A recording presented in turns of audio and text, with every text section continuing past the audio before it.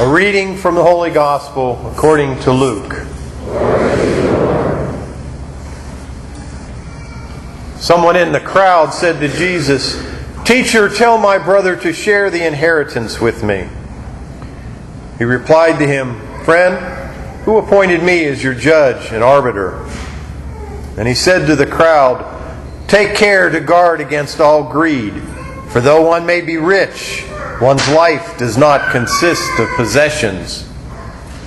Then he told him a parable. There was a rich man whose land produced a bountiful harvest. He asked himself, "What shall I do? For I do not have the space to store my harvest." And he said, "This is what I shall do. I shall tear down my barns and build larger ones. There I shall store all my grain and other goods, and I shall say to myself, 'Now, as for you, you have so many good things stored up for many years. Eat, rest, drink, be merry.' But God said to him, 'You fool, this night your life will be demanded of you. And the things you have prepared, to whom will they belong?' Thus it will be for all who store up treasure for themselves, but are not rich in what matters with God." The Gospel of the Lord. Praise to you, Lord Jesus Christ.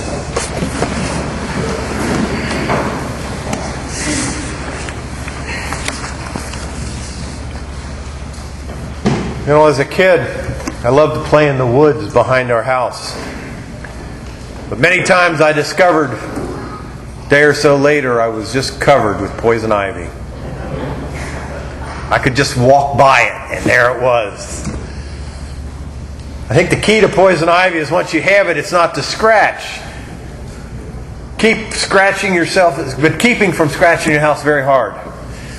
Your skin itches and you want relief. I just sort of sitting here thinking about it, and all of a sudden I'm going like this.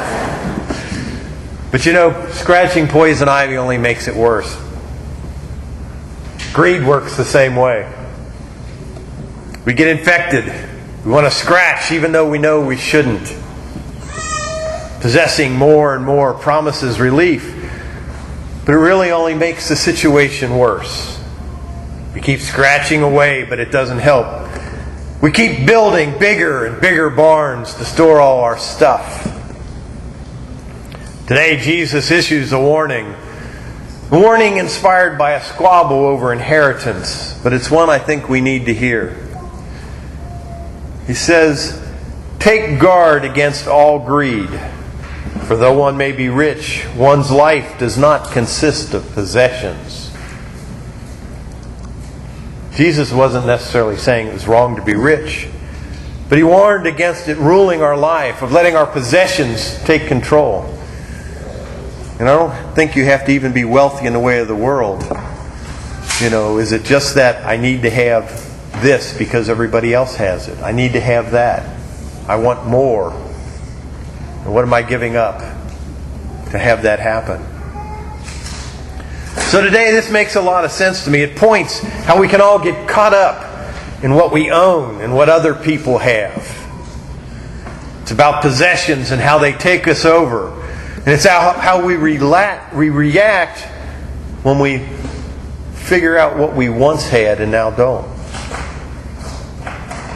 We enjoy wealth, but we have a very mixed reaction to it. Now today, in addition to the 18th Sunday of the year, it's also the feast of St. Ignatius of Loyola. And St. Ignatius mentioned 3 obstacles to our faith: wealth, honor, and pride. He saw from his own experience that people wanted wealth so that they could be highly thought of. Things like going to the right school, living in the right neighborhood, shopping at the right stores, being around the right people. And then there's the pride in what we have. We know things can change very quickly. Shares go down, property values fall. We may die or fall ill. What then? That same pride can be a barrier, very hard to overcome, especially when we find ourselves in a situation we could never imagine being in. How quickly things can change.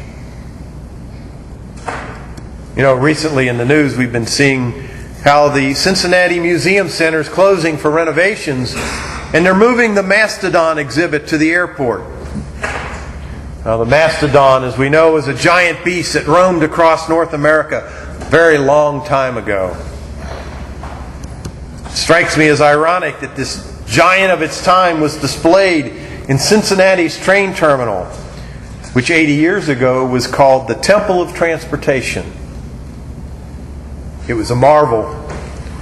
Great things were expected, but wasn't expected was the Great Depression, World War II. And shortly after that, air travel replaced trains for roaming the country. Now the Mastodon's going to the Cincinnati, Northern Kentucky airport. Interesting. A dozen years ago, CVG was a bustling hub where people went to begin their journeys to roam the world. It's one of the top airports in the world with a brand new runway. Yeah, so quickly things can change. We think back when decades and years have passed. How important will those things that we now allow us to cause us anxiety be? And what about those things we think is important? The real question that has eternal significance is this: are we rich towards God? So I'm going to ask you, are you rich? And in whose sight? The battle is between being rich in the sight of the world and being rich in the sight of God. Now the opposite of the obstacles mentioned by St. Ignatius are simplicity, integrity, and humility. Humility. Humility is pride in who we are, children of God, brothers and sisters, and knowing who I am, just as I am. Humility is knowing that I need nothing outside myself to make me feel good about myself. This too is simplicity, but it's not necessarily simple. So can we recognize all that we have that is a gift given to us for the good of our world, our community, our neighborhood, and not just for the good of ourselves? We need to ask, in the end, what is it that really matters? Are we judged on love and not on wealth? But if it is wealth, are we judged on what we did with our wealth? Worldly wealth can very easily lead us away from God. So what is true wealth? True wealth is a clear conscience, cleansed by prayer and the forgiving grace of God. It's a committed will, kept strong by day-to-day prayer, like Jesus in the Garden of Gethsemane. Not my will, but your will be done. True wealth is a loving family with our own husbands, wives, parents, children. But it's also that wider family all around us. Around us when we care, when we allow others to care. It's a wealth born out of our love for Christ. True wealth is companionship with God, with Jesus. Knowing Him, walking with Him, trusting Him to support us in our real time of need. That's true wealth. And that's the wealth which a certain rich man exchanged for overflowing barns.